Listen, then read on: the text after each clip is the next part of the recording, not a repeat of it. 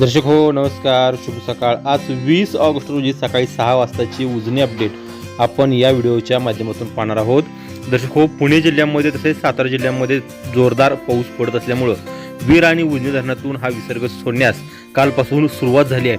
काल वीर धरणातून सुरुवातीच्या काळामध्ये तब्बल 14,000 विसर्ग सोडण्यात येत होता।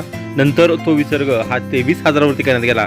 मात्र रात्री 11 वाजता तो विसर्ग वाढवण्यात आला होता। तो विसर्ग 32,609 क्युसेक्स इतका विसर्ग तो करण्यात आला होता। मात्र वाढवलेला विसर्ग हा पहाटेच्या सुमारास तो कमी करण्यात आला आणि तो विसर्ग हा 14,061 क्युसेक्स इतका हा तो विसर्ग करण्यात आला होता। वीर धरणाची अपडेट यासाठी महत्त्वाची आहे की वीर धरणातून निरा नदीच्या पात्रामध्ये पाणी सोडलं जाते। ते पाणी संगम मार्गे हे भीमा नदीच्या पात्रामध्ये मिसळते आणि तसेच उजनी धरणातून सुद्धा आज सकाळी 6 वाजताच्या अपडेटनुसार 5,000चा जो कालपासूनचा विसर्ग होता तो विसर्ग हा कायम आहे। थोडा 5,000 विसर्ग हा भीमा नदीच्या पात्रामध्ये सोडला जातोय। दौंडची जी आवक आहे ती दौंडची आवक सुद्धा थोडीफार कमी सध्या आहे, ती 4,520 क्युसेक्स इतकी आहे।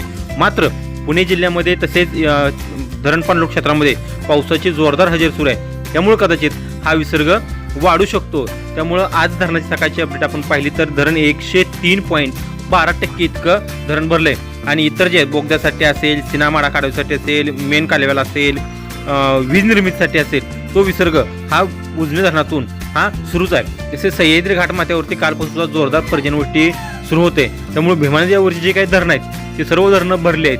त्यामुळे मोठ्या प्रमाणावरती भीमा नदीत हा पाण्याचा विसर्ग सोडण्यात येण्याची शक्यता आहे उजनीतून, कारण उजनी धरण आता 104% भरले, त्यामुळे वरून जे काही पाणी येईल ते आलेलं पाणी हे थेट भीमा नदीच्या पात्रामध्ये उजनीतून सोडलं जाणार। त्यामुळे नदीकाठच्या शेतकऱ्यांची आहे थोडी खबरदारी घ्यावी।